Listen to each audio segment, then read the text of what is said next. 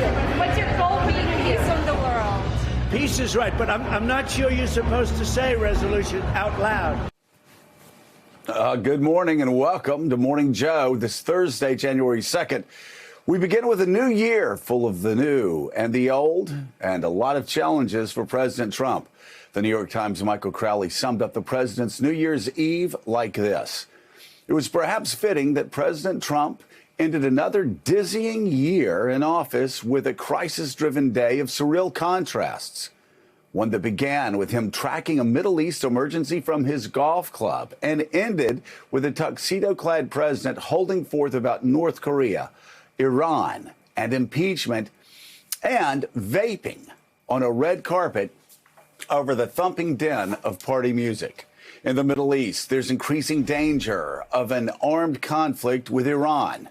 In Asia, there's the unraveling of the president's diplomatic efforts with North Korea, with Kim Jong-un now saying that he can, in fact, continue testing nuclear and long-range missiles, despite the president's claim of a signed agreement for North Korea to denuclearize.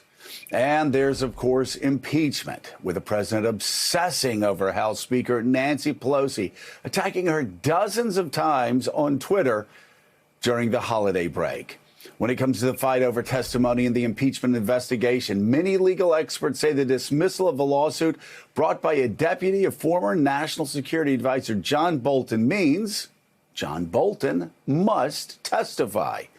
All of this while the president works to convince the American people that he deserves a second term in office. Plus, we, of course, have the latest tally of the money hauls for the leading Democratic contenders, with a really surprising haul by Bernie Sanders. Thanks for checking out MSNBC on YouTube, and make sure you subscribe to stay up to date on the day's biggest stories. And you can click on any of the videos around us to watch more from Morning Joe and MSNBC. Thanks so much for watching.